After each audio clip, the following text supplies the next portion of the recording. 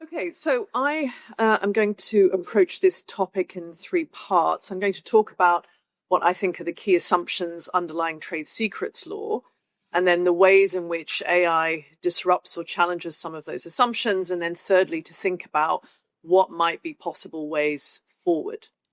So before I start, just to clarify which trade secrets law, I'm going to sort of ground this in UK trade secrets law, which is a combined protection of the equitable action for breach of confidence, which is relatively recent, although the protection of confidential information in this country is not so recent, as detailed by Lionel Bentley in Gurry in Chapter 2. As well as that, we have trade secret protection. It was one of the last pieces of IP implementation that the UK did prior to Brexit.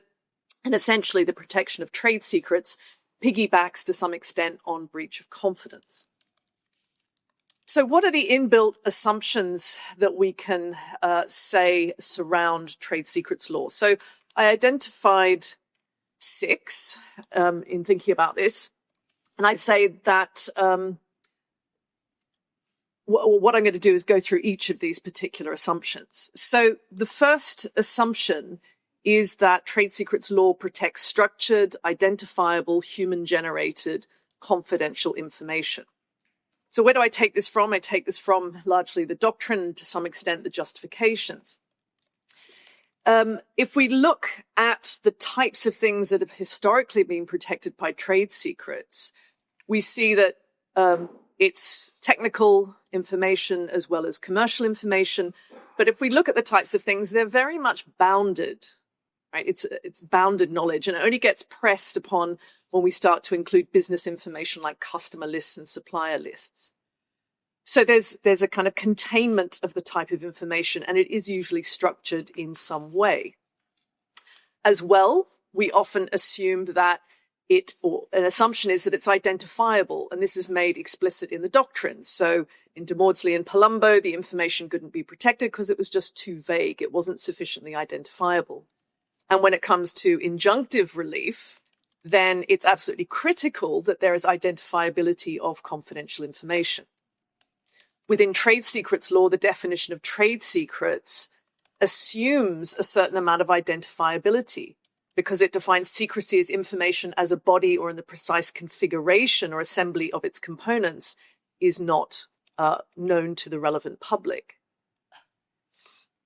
As well as that, we can see human-generated assumptions when we look at breach of confidence, and we see cases talking about the application of human ingenuity to well-known concepts, or the application of skill and labor. Trade secrets, it's less sort of explicit. And in terms of confidentiality, this is a key component of breach of confidence, and we ask, is the information inaccessible to the public? Under trade secrets law, we're asking, is it inaccessible to a specialist public rather than a general public? A second assumption is that there is some kind of investment in the information. This is not explicit necessarily in the requirements, but we do see it discussed in the cases, at least for breach of confidence. So in Coco and Clark, we see, in Saltman, we see the Court of Appeal talking about the maker of a document using their brain and thus producing a result. And this explains why taking things from the public domain and turning them into something else can be protected as confidential information. Likewise in Coco and Clark. We also see in cases that whilst commercial value is not an express requirement, it's often seen as evidence or a proxy for the information being confidential or sufficiently valuable to be protected. And we see that in Douglas and Hello. And in trade secrets, there is a requirement of commercial value due to secrecy. We might read into that an assumption of investment, but we certainly see an assumption of investment in the requirement that reasonable steps have to be taken to keep the information secret. A third assumption is that trade secrets protection facilitates information sharing. And part of this comes from some of the justifications for trade secrets protection, which admittedly are multi-faceted, and there isn't an agreed upon justification. But the thought is, as well as reducing the wasted expenditure on having to use technical measures to keep it secret, it will also deal with Arrow's paradox and help with information sharing. And this assumption was very much at the core of the Trade Secrets Directive. In the recitals, you see that harmonization of trade secrets law was meant to unlock cross-border innovation sharing, that this would facilitate that sharing between member states. A fourth assumption built into trade secrets law is that it will not impinge upon innovation. Why is that? Because of the scope of protection. In essence, it's not creating a property right, it's a type of unfair competition. And that is certainly made explicit in the Trade Secrets Directive in Recital 16. And the types of acts that are unauthorized in both breach of confidence and trade secrets are unauthorized use and disclosure, and for the Trade Secrets Directive, also unlawful acquisition. So the scope of protection helps kind of cabin the impact of this right. But as well, there's an assumption that the ability to reverse engineer will help preserve innovation and not impinge upon innovation activities. This is expressly recognized in the Trade Secrets Directive. Article 3 expressly recognizes that it will be possible for users to reverse engineer. And under breach of confidence, usually it will be the case that a person who's seeking to reverse engineer won't come under a duty of confidence, usually. A fifth assumption is that breach of confidence is complementary to other intellectual property rights, or to intellectual property rights, depending on your view. So we have plenty of instances where copyright and breach of confidence overlap in unpublished works. See, for example, where there's an unpublished television script or idea for a television format. As well, that trade secrets or breach of confidence doesn't undermine patents, because if the patent specification is published, that information is no longer confidential. But of course, the information surrounding the patent may remain confidential.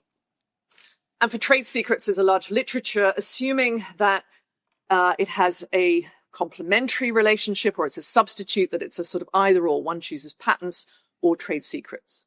But there's also a growing literature that suggests that's not as straightforward.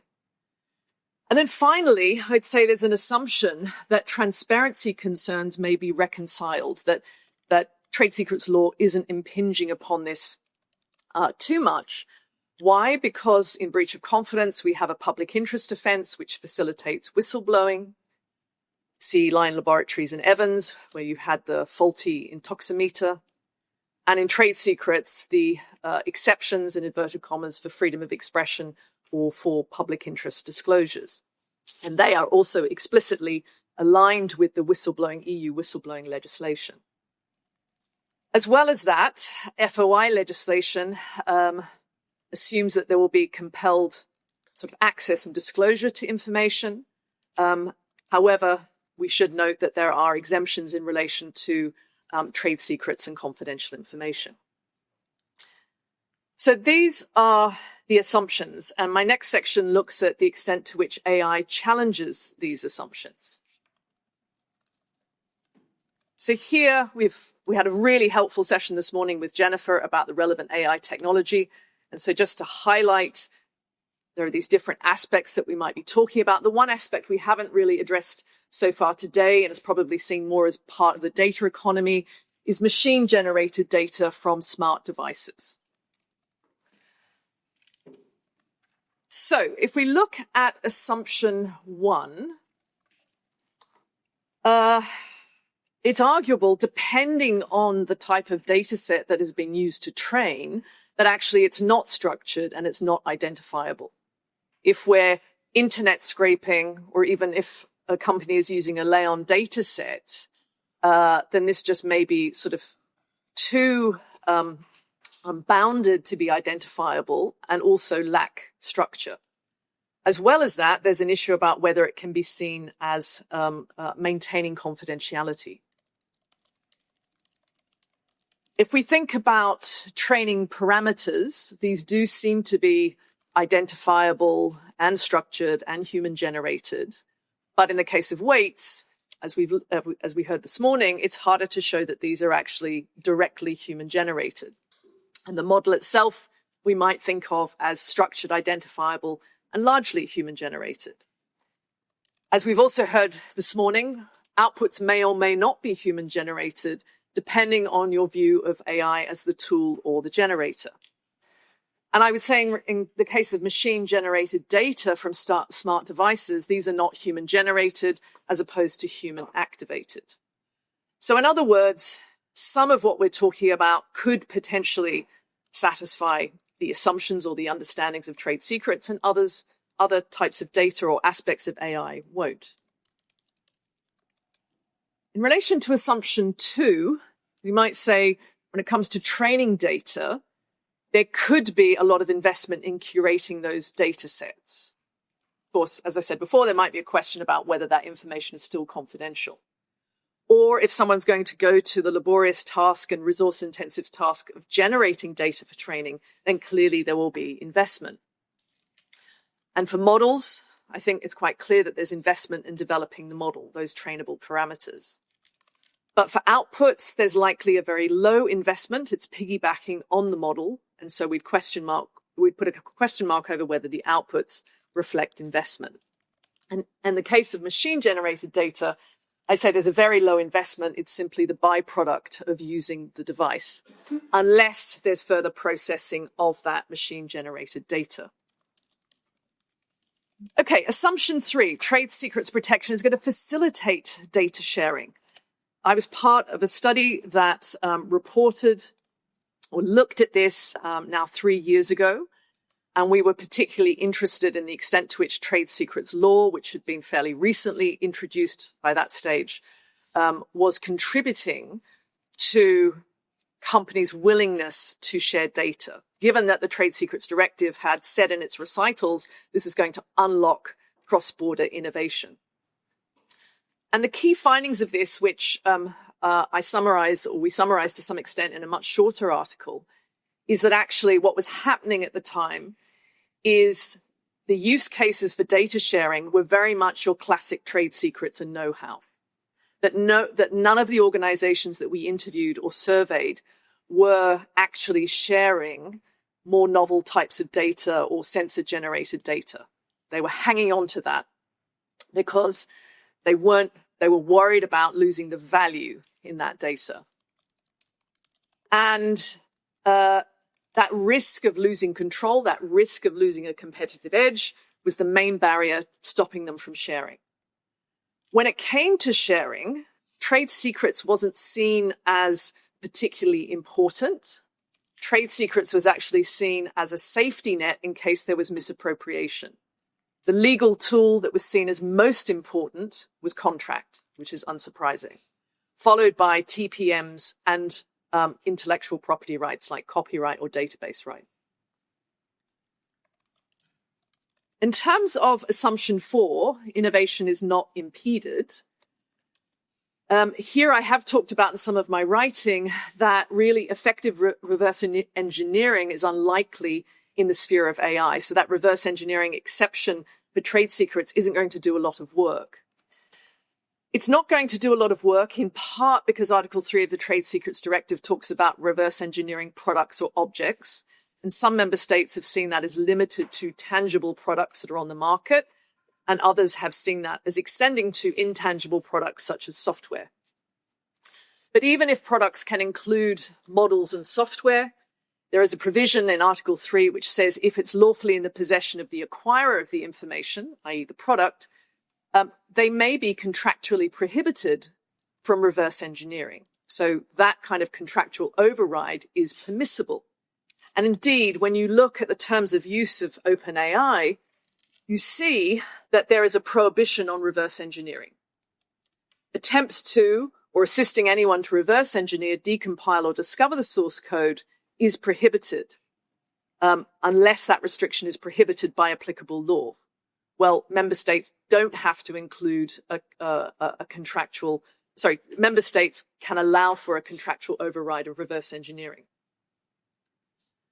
And even if reverse engineering were permissible, even if this were gotten around, there is arguably a limited amount of valuable information that can be extracted from reverse engineering where what you're dealing with is a complex model.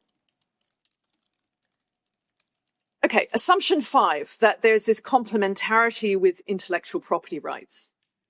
So one concern that you see in the literature is that actually trade secrets, or the availability of trade secrets, is diverting AI developers away from the patent system to the trade secret system. And this is seen as a bad thing, as disrupting the function of the patent system. On the other hand, you also see scholars talk about the fact that this assumption that the patent system will do its job, i.e. in terms of sufficient disclosure and building the technical knowledge of our society, can be questioned. Because actually there are question marks about how effectively sufficiency of disclosure operates in relation to AI. As well, there's been some concern or discussion, for example, by Nuno Sousa Silva, about the fact that training data or weights could be protected by the database right. And actually, this is quite a strong right in the European Union. Assumption 6, reconciling transparency. So Katharina Voss-Selbrock writes in a 2021 article, trade secret law obfuscates access to the algorithm and to explanations behind automated decisions, dimming the transparency of the entire system. And her view, she's not alone in that view. There are a lot of US scholars that basically blame trade secrets law for the lack of AI transparency. Why is trade secrets law seen as obfuscating transparency? Well, first of all, because of the limitations of reverse engineering that I described previously, the fact that actually any public interest or freedom of expression exception is too narrow or too uncertain, and most importantly, that neither the reverse engineering exception or a public interest exception compels access. It's about excusing unauthorized use or disclosure. It's not about creating a duty to provide that data to a third party. And then the other criticism is if you're relying on FOI type legislation, a lot of FOI type legislation, such as in the UK, has an inbuilt deference to trade secrets and confidential information. So it's ring-fenced from this right to know. Okay, so these are the ways in which the assumptions underpinning trade secrets law, I think, are being challenged by AI. What are some possible ways forward or some thoughts as to how we might grapple with this?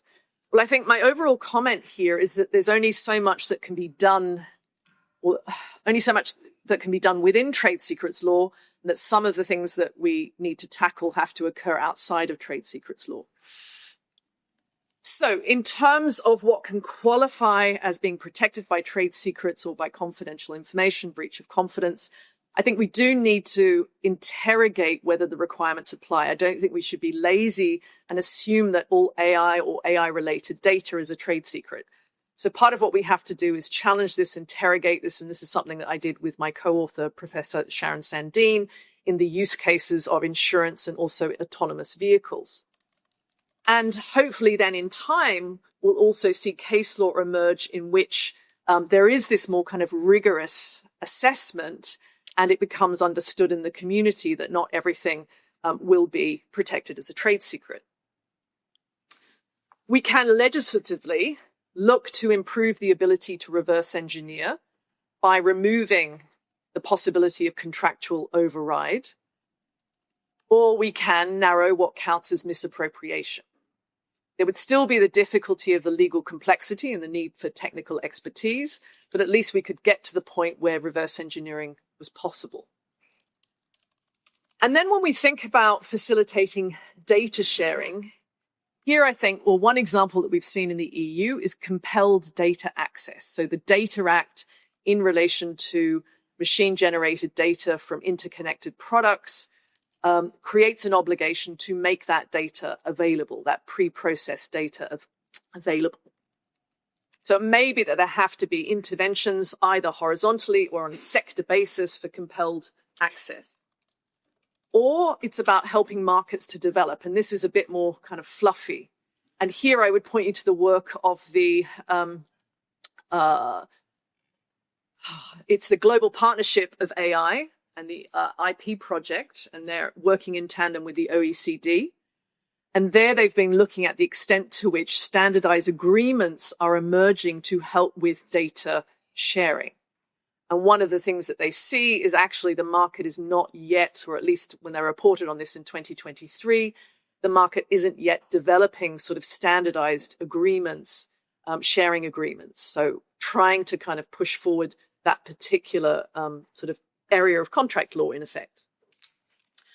If we have problematic overlap, or at least I think we do need to recognize that there might be problematic overlap, the question of how this is tackled is an interesting one. I mean, in the Data Act, for example, the requirement of compelled data access trumps the database right. So that was a deliberate policy choice that you see in Article 43. It, to a lesser extent, trumps trade secret protection. You need to have put in place necessary kind of measures to ensure confidentiality. So you could have in any compelled data access scheme a sort of a preference or a presumptive principle of ensuring that there is that compelled data access. Or you could be more radical and say, actually, let's revisit software. Does it really need copyright protection and trade secrets protection and patents protection? You know, was there a category error all those years ago in protecting it by copyright? And really, let's just leave it to the patent system and to the market incentives, or sort of lead time and trademarks in order to protect software. And then finally, in terms of addressing transparency, there's no silver bullet for this. And in a draft paper, my co-author and I have looked at this and suggested that one of the solutions that is argued for in the literature is really sort of not workable. So one of those solutions that's advocated for is a much broader public interest exceptions for transparency. But we think that this is too unbounded and risks harm. And instead, we would argue for, and so this is all happening outside of trade secrets law. This is ensuring that in various sort of legislation, you are increasing instances of targeted transparency. So you have a restricted disclosure, but you have some disclosure and some accountability. Or you build in third-party review of trade secrets claims when it comes to public transparency challenges. So under the FOI Act, for example, you could have a more rigorous sort of review of whether it's a trade secret or not in the case of AI. Have more third-party participation in standard setting and compliance assessment, and also perhaps having public authorities having the responsibilities to report and disclose matters of public interest. So there's no easy solution, but it's something that we need to grapple with. But as I said, this is something that would sit outside of trade secrets law rather than within trade secrets law. And on that note, I will finish. Thank you.